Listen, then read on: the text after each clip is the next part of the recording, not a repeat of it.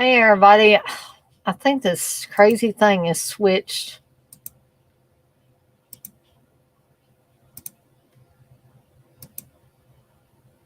There we go. That's fair.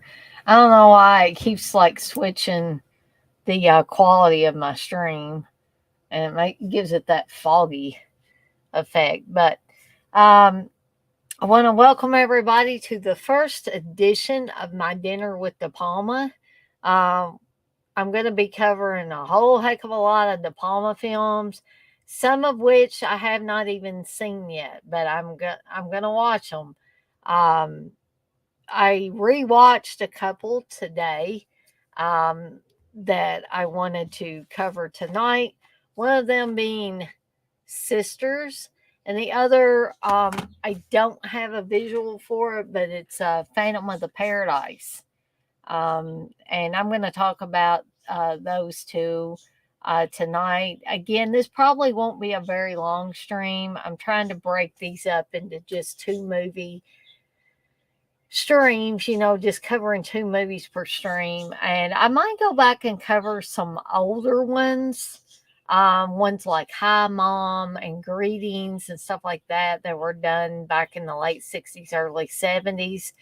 But I'll go ahead and get started with Sisters, which is one that was recognizable to me um, when I was going through Brian De Palma's filmography. And I'm sorry if I seem a little out of it, but I'm still feeling the effects of the new dosage of my anxiety medicine, and I just lost a person there.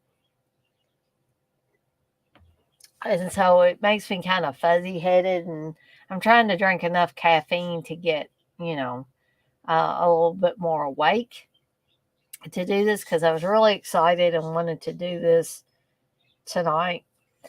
And I did want to remind everybody there's been a change in the time for um, my Blood Rage watch along for Saturday. Steve just let me know a little while ago that he is going to be doing a mystery movie. He's going to be streaming it through Twitch, evidently. So he's wanting to try this out and see how it goes. So it'll be a mystery movie watch along. He's probably already put his um, advertising up for that. So because of that, because he doesn't know how long his is going to go on, instead of starting at 7, I'm going to be starting at 8 for the watch along. And I have changed the times on all the promotional stuff, but I did want to tell anybody that was in here, and and just in case.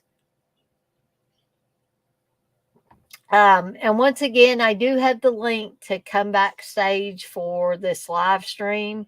I've been trying to do that every live stream. So if anybody clicks on it, I will see them backstage down here at the bottom of my screen, and I will be glad to add you.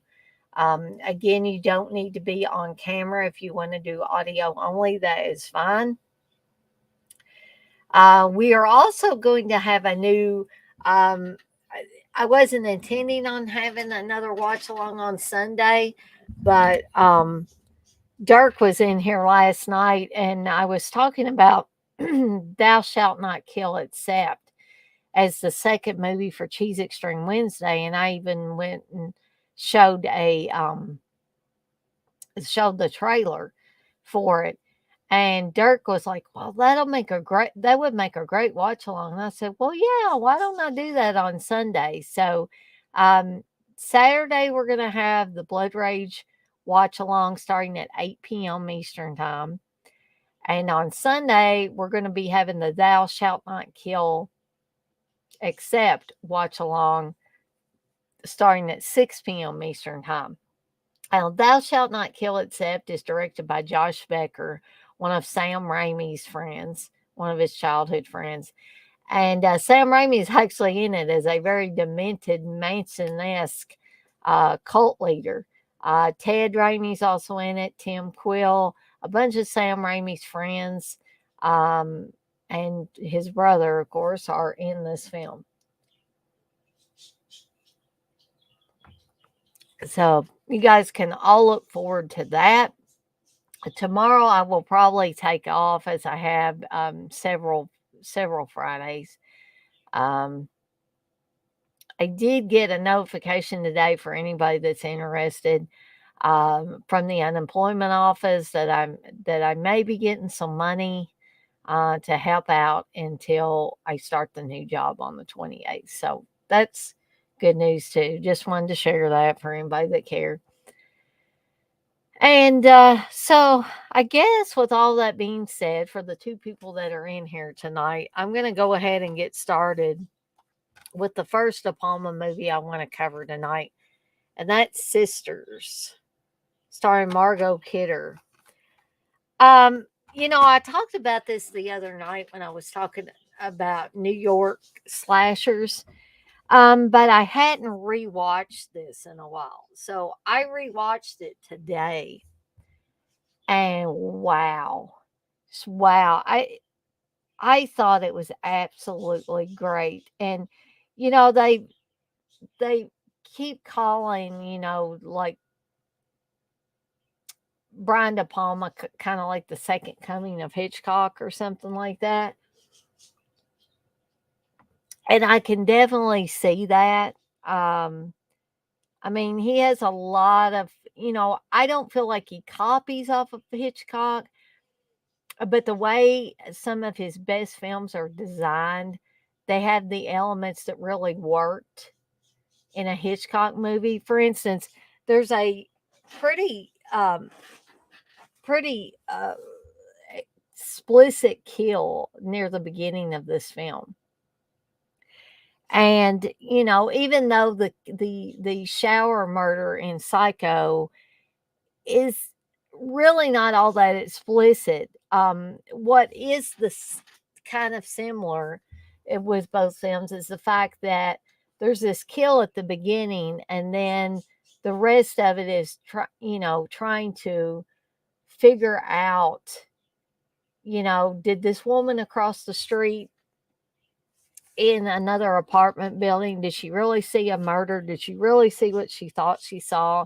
Did she really see this crazed woman stab a guy to death and him writing help on the window in blood? Hey, Darren. Um, but the other Hitchcock movie that this is similar to is, of course, Rear Window, where a guy thinks that he sees a murder and tries to get people to believe him. Well, a woman sees this murder and tries to get the cops to believe her. And, it goes the entire movie, which the movie's not really all that long. It goes about an hour and a half or so. Oh, excuse me. Um, but I just love the atmosphere in this. I love the nods to Hitchcock in here. Um, I just love the setup. I mean, some of this stuff was really creepy. The way they made Margot Kidder look, and I don't know how much of that was her, how much of that was makeup, and how much of that was direction by De Palma. But my gosh, when she is in Dominique mode, pretty much, the way her mouth just kind of draw. I'm not making fun of that at all. But it's her mouth is twisted, her hair is stringy, um, just a very grotesque um,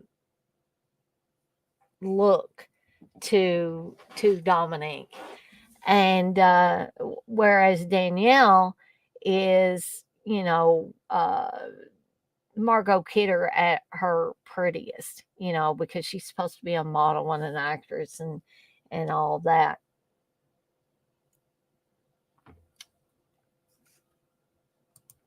Darren, you say Sisters gets better with each viewing for me, and I think it does for me too, Darren. Because, like I said, I it's been a little while since I watched Sisters and just rewatched it again today in preparation for this, and I was just like, "Wow, I should watch this movie more." Because I think it definitely gets better for me with every viewing. Thank you, TJ. That you say congrats on the new job. Yes, it does also sound like Bird with the Crystal Plumage.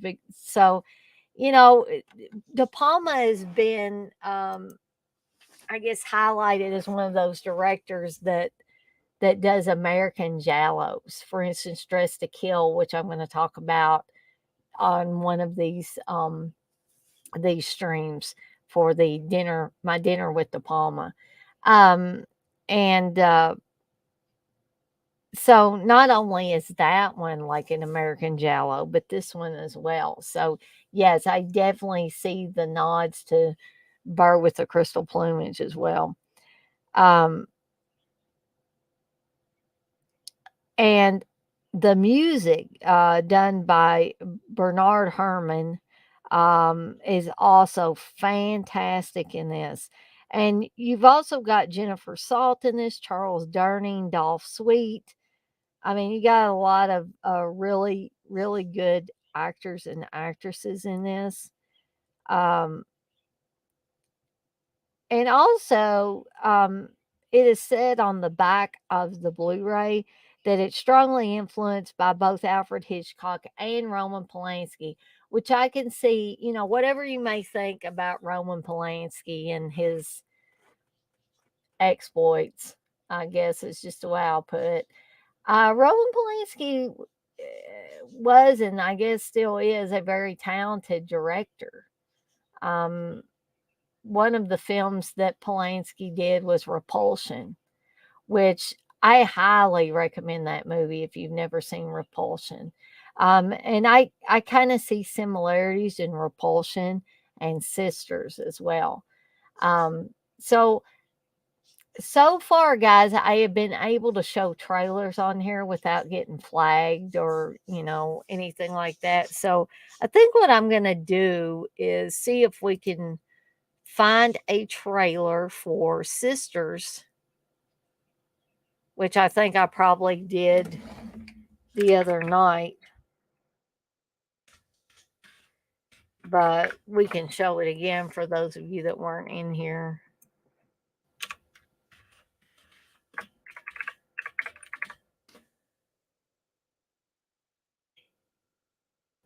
Here we go. Okay.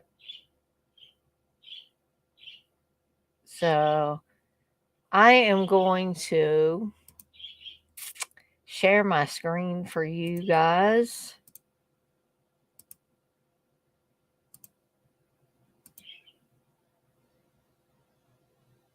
Hopefully.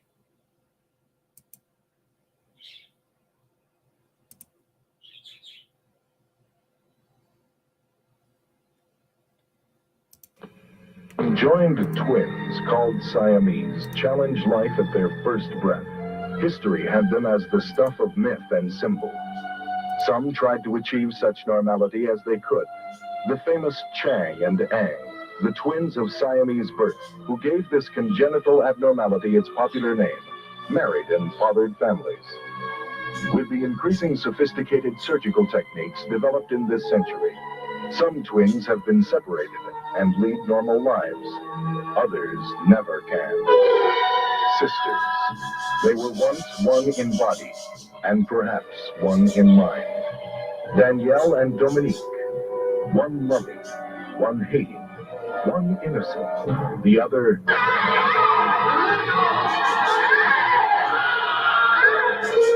Where does Danielle end and Dominique begin?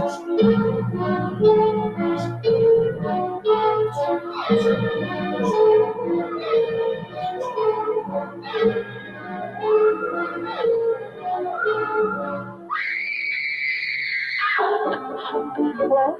I want to report an emergency, a murder. There was no body. Because there was no murder. Oh, honey, she's okay.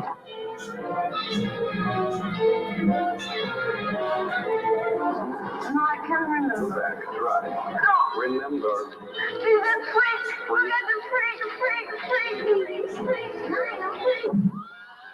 What the devil hath joined together, let no man cut asunder.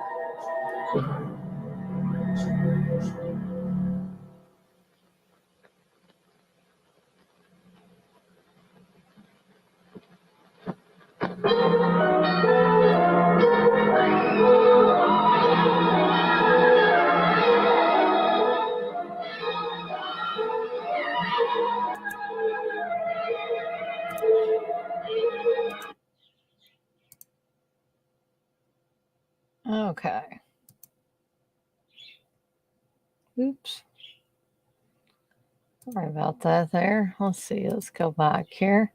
All right. So that was a little trailer for Sisters for you guys for your enjoyment.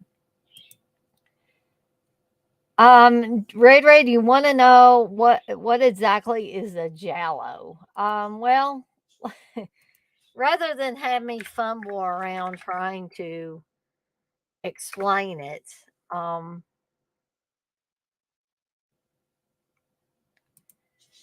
so in Italian cinema, Giallo is a genre of mystery fiction and thrillers, and often contains slashing, crime fiction, psychological thrillers, psychological horror, sexploitation, and less frequently supernatural horror elements.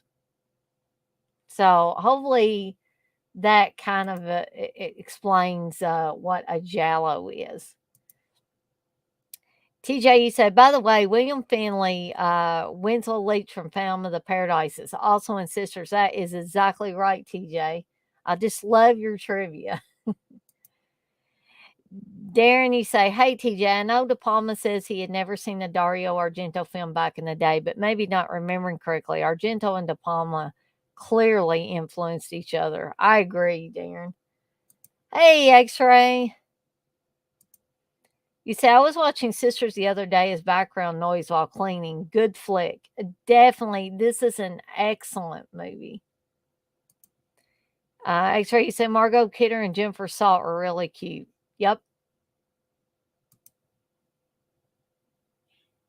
X-Ray, you say Jallos are just sexy slashers, usually anyway. That's as good a definition as any, I think, X-Ray. Yes, William Finley was in a lot of early De Palma flicks. So, I'm going to give you a little bit of a plot synopsis. I know when I did the New York slashers, I gave it, but I'm going to give it again for the benefit of anybody that either wasn't there for that stream or didn't get a chance to watch it. So, before 1973, Brian De Palma was impossible to pigeonhole. He made comedies, political satires, and openly experimental pieces. But with Sisters, originally released as Blood Sisters in the UK, he turned to the suspense thriller and discovered his natural home, and a style that would lead directly to later masterpieces like Carrie, Dress to Kill, and Blowout, all of which I'm going to be covering on these streams. When Danielle Margot Kidder meets potential boyfriend uh, Philip or Philippe or how you pronounce it, I don't know, Leslie Wilson, after appearing on the TV show Peeping Toms, a nod to the Michael Powell shocker. She invites him home only to attract the ire of her twin sister, Dominique. From across the courtyard, rear window style, reporter Grace Jennifer Salt witnesses Philip being murdered by one of the twins. But the police find no body or any physical evidence. Naturally, Grace takes things into her own hands and discovers more about the sisters' relationship than she bargained for. Strongly influenced by Alfred Hitchcock and Roman Polanski, and with a score by the great Bernard Herrmann, Sisters was the first true Brian De Palma film. And I agree because he uses the split screen in this, which when Brian Obama uses split screen, I think it's very, very effective. Some people might not like it because you're kind of having to pay attention to, two different screens that are split down the middle. But I think it adds an extra layer of suspense to a film that's already very much suspenseful. And I love that style. Um, there's not a whole lot of directors that I can just pick out their style and say that's Depalma or that's so and so or whatever. But Depalma is one. Sam Raimi, I can definitely pick up on his style. And probably if I thought about it enough, I could come up with a handful more. But something else, and you guys might disagree with me on this, but upon rewatching this today, I felt like it wasn't necessarily like it wasn't the subject matter or really the way it was shot, but it was the I don't know, maybe it was the film stock he was using. It made it feel almost like a Cronenberg movie. And I know, they were talking a lot about Canada. Um, I'm trying to remember if this movie was actually filmed in Canada. I know it was supposed to take place in New York, Staten Island, and all that, but I'm just not sure if some of it was maybe filmed in Canada. Um, they could talk about Quebec and all kinds of things. So it may have been easier to maybe film there, and maybe that's why it looked like a almost like a Cronenberg film. But did anybody else feel that when they watched this one? Darren, you said Jello is usually a sleazy murder mystery is the best way to describe it. That's a good one too, Darren. You guys are a lot better at that than I am. TJ, you said, Darren, as much as a film buff as De Palma was, I don't know how true that would be. Possible, but who knows?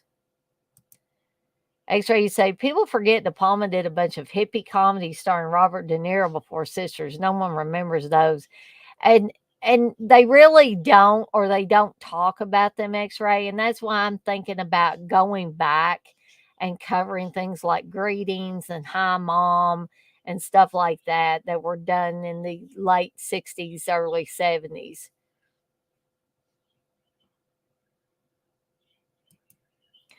Darren, you say, I think Martin Scorsese had gone on record to say they used to watch a lot of films together back in the day, so it's possible for sure. Actually, you say you just love that 70s film stock, Daner. It could be. I love that old fashioned film stock. Actually, you say his early comedies were similar to Robert Downey's early movies, the father, not the junior, right? So again, I said I wasn't going to spend too awfully much time on each one of these movies because we're going to be covering a couple every Thursday for a while now till I get through all of the De Palma films. Um,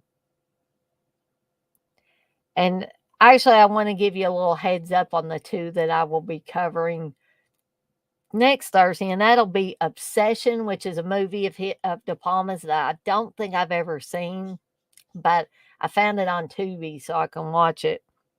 And Carrie, which I'm a huge fan of Carrie. So we're going to be talking about those two next Thursday. So TJ, you say it definitely was filmed in New York, Staten Island, etc.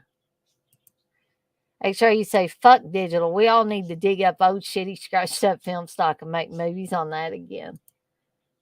It might add something to the movies. Definitely X-ray. Now, the other one I don't have a visual for, Phantom of the Paradise. And I thought, I could have sworn that Steve had a Blu-ray of that damn movie, and I could not find anywhere. And I said, Steve, don't you have Phantom of the Paradise on Blu-ray? No, might be on the hard drive, he said. But I ended up having to, find it elsewhere to rewatch today. So I think what I'm going to do is I'm going to let you guys view a trailer for Phantom of the Paradise before we talk about it.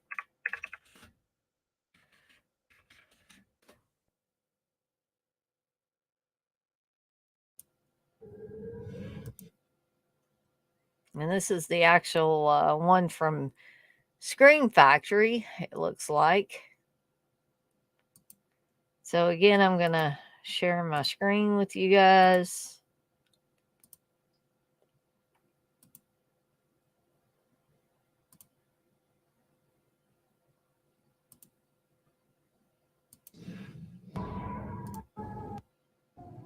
Twentieth Century Fox presents Phantom of the Paradise, a gothic horror story.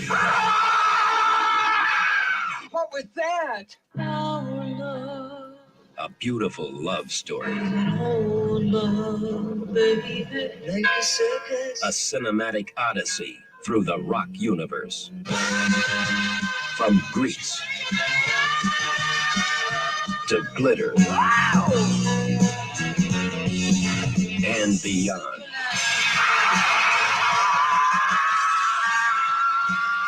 The story of a sound, the man who created it, the girl who sang it, the monster who stole it, and the phantom who haunts the paradise, the ultimate rock palace.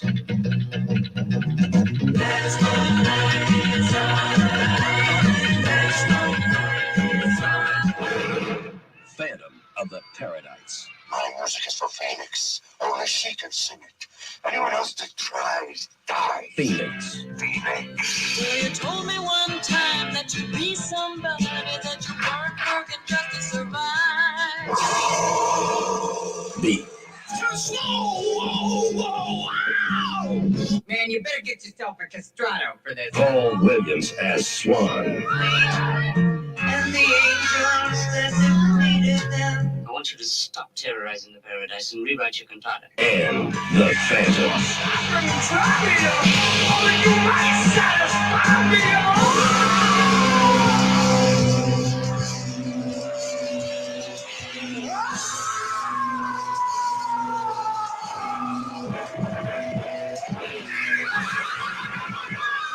Phantom of the Paradise. There really is the Phantom.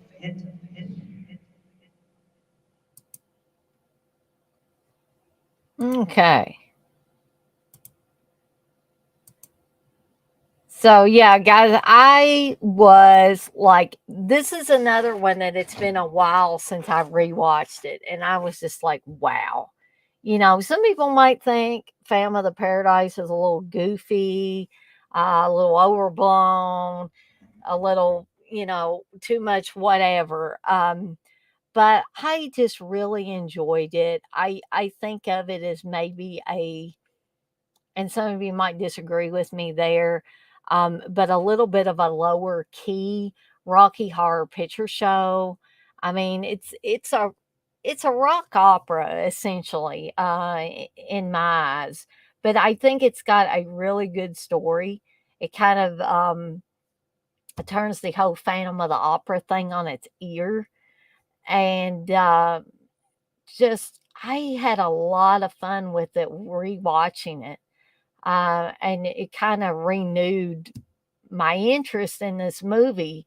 I don't, I'm considering buying it now on Blu-ray. I think I can get maybe the Screen Factory release for $13 and something, which I'll wait until I've got a little extra money, and then I think I'm going to invest in it, because the whole story is really great about a guy who's, essentially a songwriter and a pianist, and he's played by William Finley.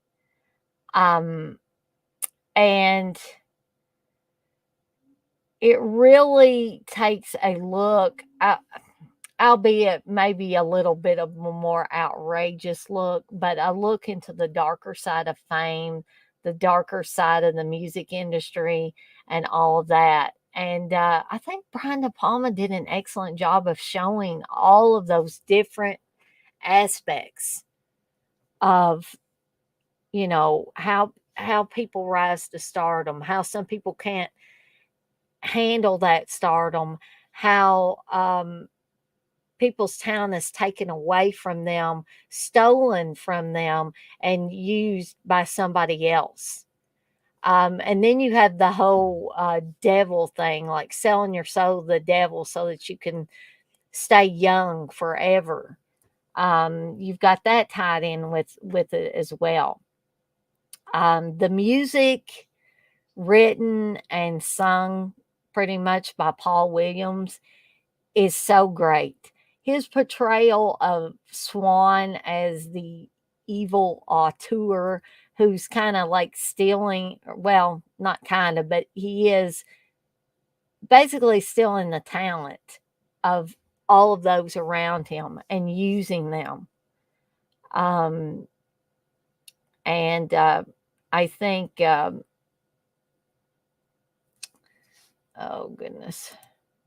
Hold on just a second here, guys.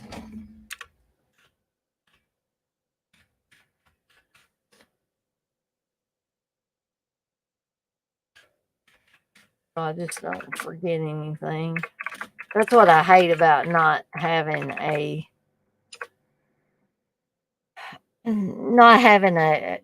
actual physical copy of it and a visual aid. But I think Jessica Harper is fantastic as the Phoenix character. She's so beautiful and so like a powerful part of this movie. Um, and the tagline is "He sold his soul for rock and roll," and that is essentially what happens and what causes things to unravel. Now, this is referred to on IMDb as a comedy, a drama, and a fantasy. I don't really call it a comedy. It's not a comedy to me. Um, some people may disagree with me on that. Um, but I just don't feel like it's meant to be a comedy and meant to come off or be portrayed as a comedy. But maybe I'm wrong. Maybe Brian De Palma said at one time that the movie was considered partly a comedy. Um, Danny said, Obsession, I was a little disappointed with. It's not as good as Sisters, in my opinion. Yeah, kind of, I was looking at, a trailer and stuff like that. And I kind of got that from it, but I'm still gonna give it a go and watch it and see how it works out for me. So, Darren, you've never seen Family of the Paradise? I know I should remedy that. Yeah, I think everybody, that enjoys different types of movies should at least watch it one time. TJ, you say, see it, Darren, buy the soundtrack. Darren, you say, TJ, I think Arrow's got a decent release. TJ, you say, I have the shout release, Darren, I think. You say, only gripe is the love story part. Not to give anything away, but it's more implied. So did you just not like having that part of it in there, TJ?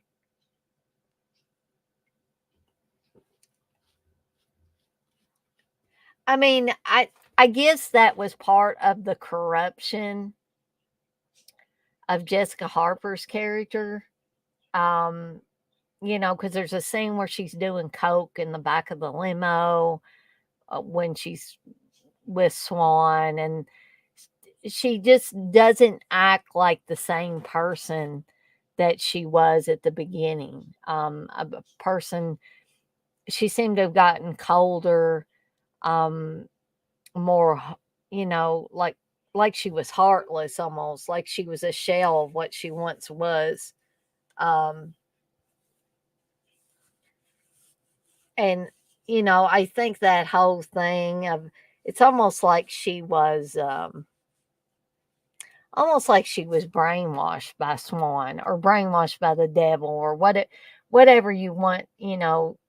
She felt like she owed everything, her career on down, to Swan. And so she was really willing to just give herself over to him. And I'm not saying that Paul Williams is like an ugly guy or anything. I just never have thought about him one way or the other. But the character of Swan was so sleazy that whole scene with her kissing and rubbing around on Swan just kind of turned my stomach. And perhaps, even though I think it was effective within the movie, um, because you can see William Finley's character of the Phantom, reacting to seeing this, and he's just horrified. He's lost his music. He's lost the love of his life, and he he just pretty much loses it at that point. Um, and Swan doesn't care about anybody. I mean, he's willing to forfeit anybody in his life. I'm not going to give it away, but you'll see if you watch it. He's willing to give up everything just to be youthful forever.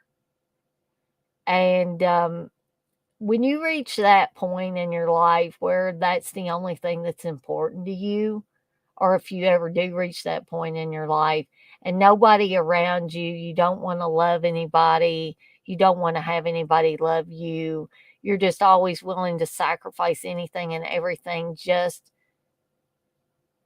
to be beautiful for a little bit more, just to be young for a little bit more, just to have it all for a little bit more. And I don't know if Brian De Palma was trying to say all these things in this movie. I just don't know. I've heard him talk about several movies, but I haven't heard him talk enough about Phantom of the Paradise to really get any kind of insight into what he was trying to do other than making an entertaining movie.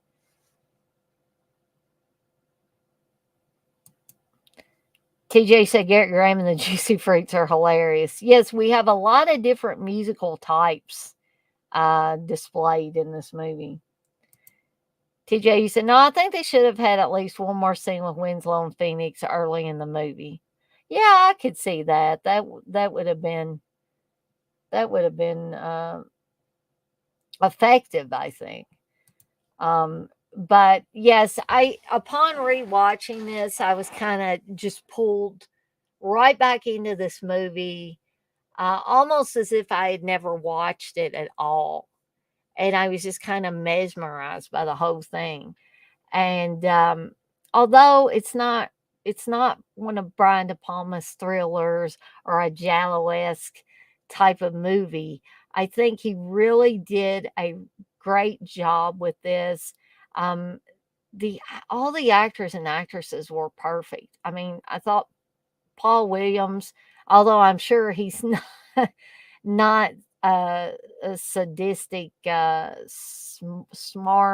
and sleazy type of guy like he is in this movie. Um, I love Garrett Graham in this movie as Beef. Um, Jessica Harper as Phoenix. William Finley is the Phantom. I mean, I could just go on and on. Just a fantastic little film. Again, not overly long. This one's about an hour and 32 minutes long. Um, has just a really great atmosphere, great music, just great everything. I really can't find hardly anything that I could fault this movie about.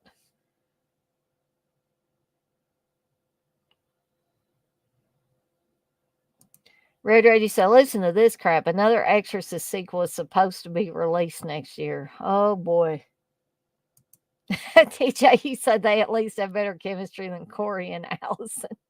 Well, that is correct.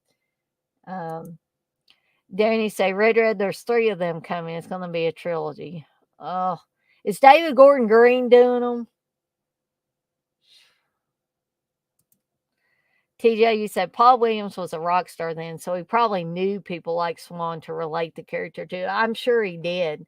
I mean, he could have had his own, music stolen and saw how people were manipulated by characters similar to Swan in the movie. Yeah, I definitely could see that.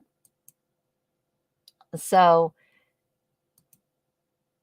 guys, I'll probably stay on here till 9, I guess. And I know you're probably thinking, geez, Dana, you didn't really talk about these movies that much, but I'm not really wanting with this series to delve too deeply into the films. And I feel like I just talked about Sisters, but I wanted to bring out a few more things about it after rewatching it. I really wanted to highlight some things about Phantom of the Paradise, and that's what I want to do with this entire series of My Dinner with Depalma. Oh, Lordy. No more. I feel like that scene in Happy Birthday to Me where the guys are drinking and they keep singing the Balls of Beer on the Wall song, and it's driving the kids from the Crawford Academy crazy, and one of them goes, please God, no more, because they start all over again singing it.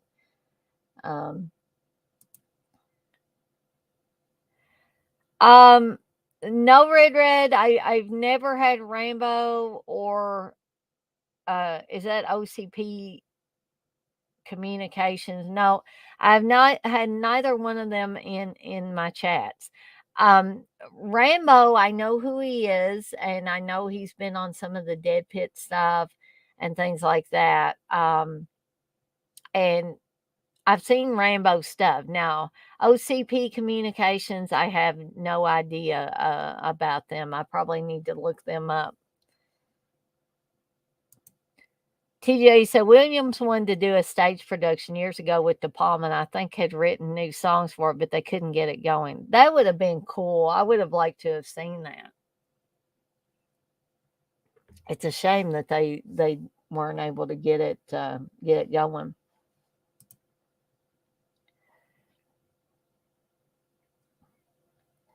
So, Darren, I was going to ask you while you were in here. Dirk was telling me last night. He said Darren would be a good one to get on when you talk about Dress to Kill. And I said, yeah, I would love to have some people on with me for these My Dinner with Depalma things. If you're interested in getting on here and talking about one or both of the movies that I'm going to be talking about on a particular stream. So Darren, if you would be interested when I get to Dress to Kill, if you want to come on the stream with me, I'd love to have you on. I mean, or we could have multiple people on if there's more people that want to talk about them. I mean, I've been putting the links up every time in the chat for anybody that wants to join at any point in time. At the end of these, it might be kind of late now because I've kind of completed talking about the movies, but you say yes, count me in. All righty. So I'm not sure. Let's see. How many weeks in will that be when I get to Dress to Kill? Because I'm doing 2 a night.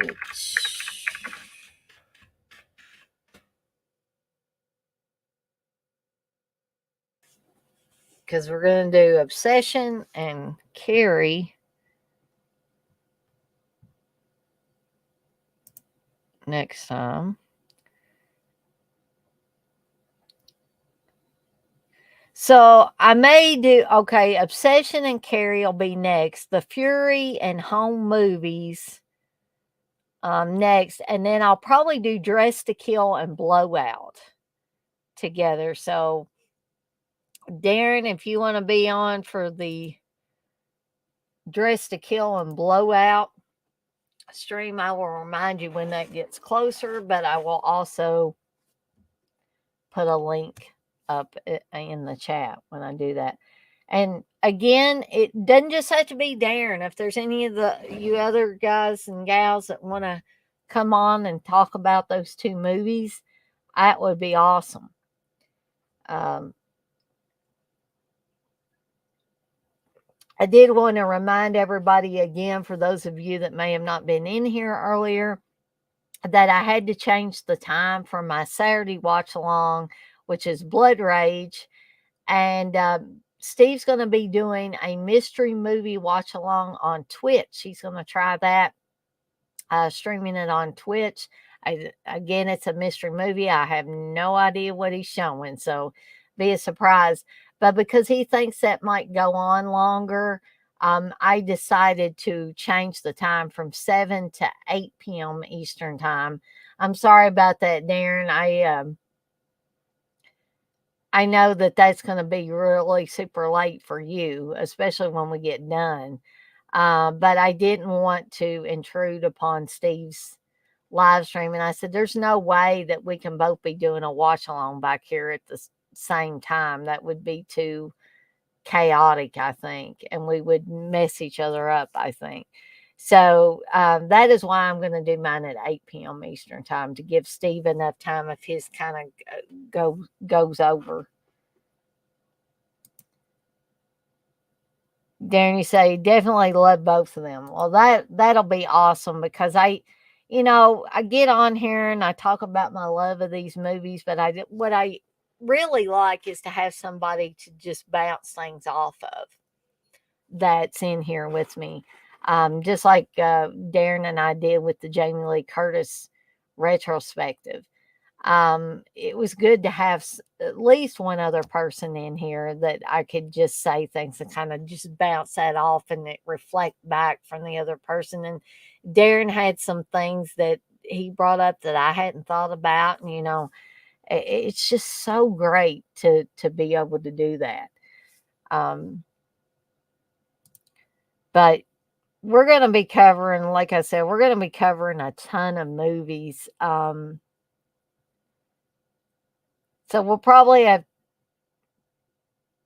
2 weeks before we cover Dress to Kill and Blowout. And then after that, it'll be Scarface and Body Double.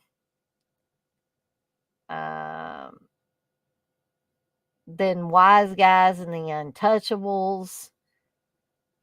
We're covering everything just about, guys. Casualties of War, The Bonfire, The Vanities, A Raising Cain, Carlito's Way. Even going to cover Mission Impossible, Snake Eyes, Mission to Mars. There's one called Femme Fatale, The Black Dahlia, Redacted, Passion, Domino, and he's got a couple of films that's showing Sweet Vengeance and Catch and Kill that one's in pre-production and one's been announced. And then I think I am going to go back and try to cover things like Greetings and Hi Mom. Probably everything except maybe these short films that he's got on his filmography.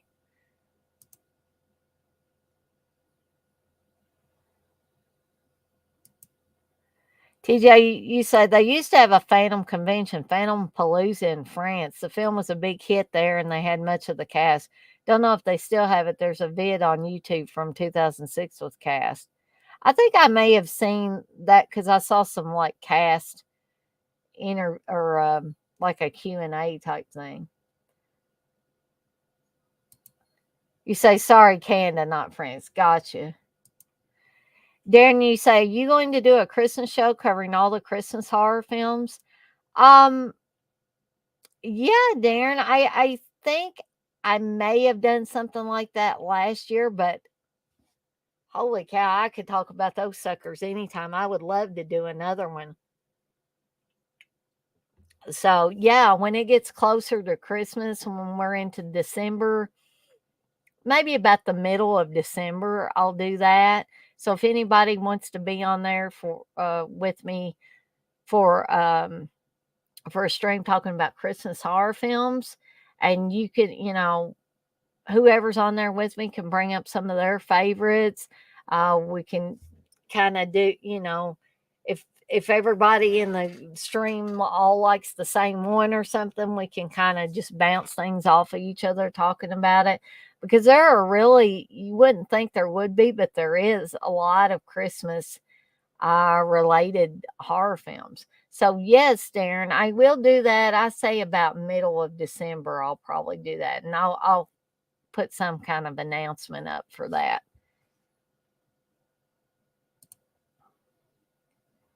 But I got about 5 or 6 more minutes on here, and then I guess I'm going to get off here and kind of just relax a little bit. Steve's off tomorrow, so we're going to go out kind of early and get groceries and um, get my Thanksgiving groceries because I usually always cook a turkey. Even though we go to my mom and dad's for Thanksgiving, usually about the week before Thanksgiving, I will cook a turkey here it's at our house, and me and Steve will have turkey and dressing and gravy and mashed potatoes, macaroni and cheese, and all that good stuff. Stuffing.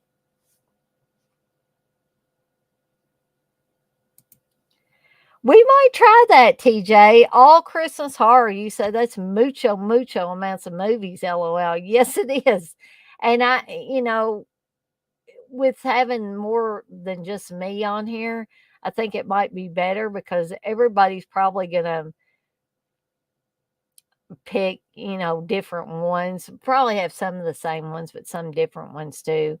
Or I can just say everybody pick their top 5 Christmas movies, and just to speed up the process if I determine that it might take too long to cover every one of them.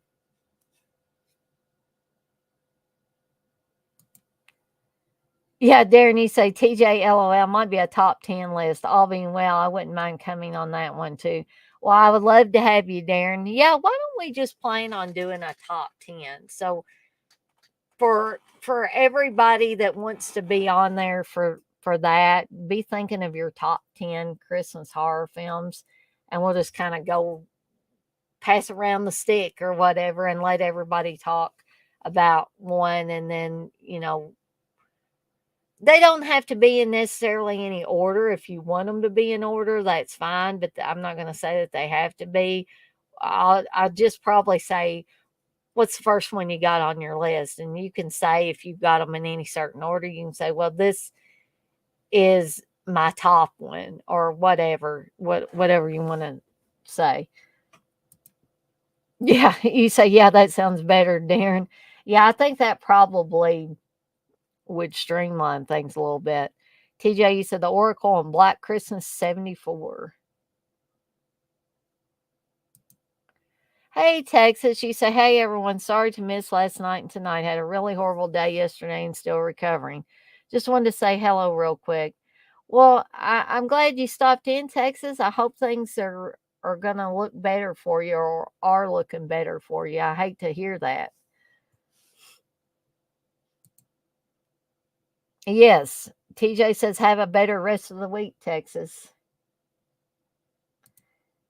Um, so we got, thanks to Darren bringing it. I'm glad Darren brought that up about doing the Christmas horror, because I really,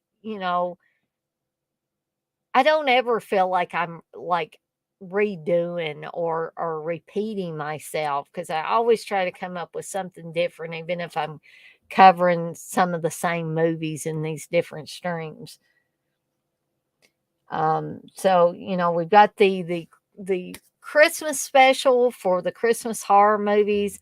I'll let anybody and everybody that wants to be on pick their top 10 Christmas horror movies, and then we'll go around the room or pass around the stick, whatever way you want to think about it, and everybody will talk about one, and then we'll go to the next one, and so on and so forth.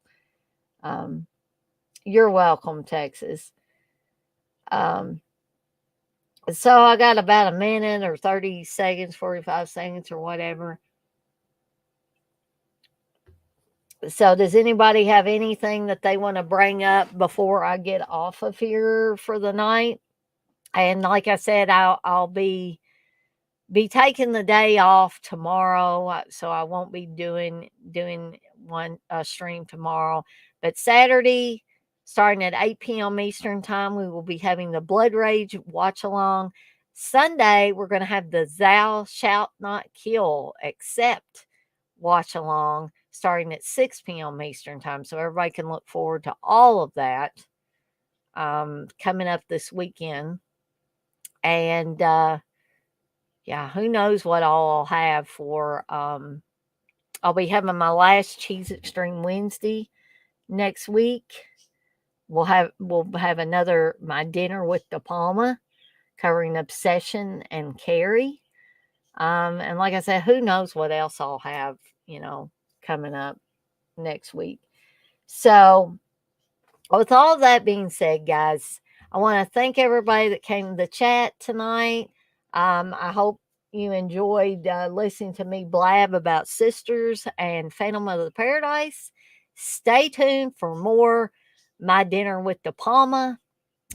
And with all that being said, I am going to skedaddle on out of here for the night, and I will see everyone on the flip side. Y'all have a good night now.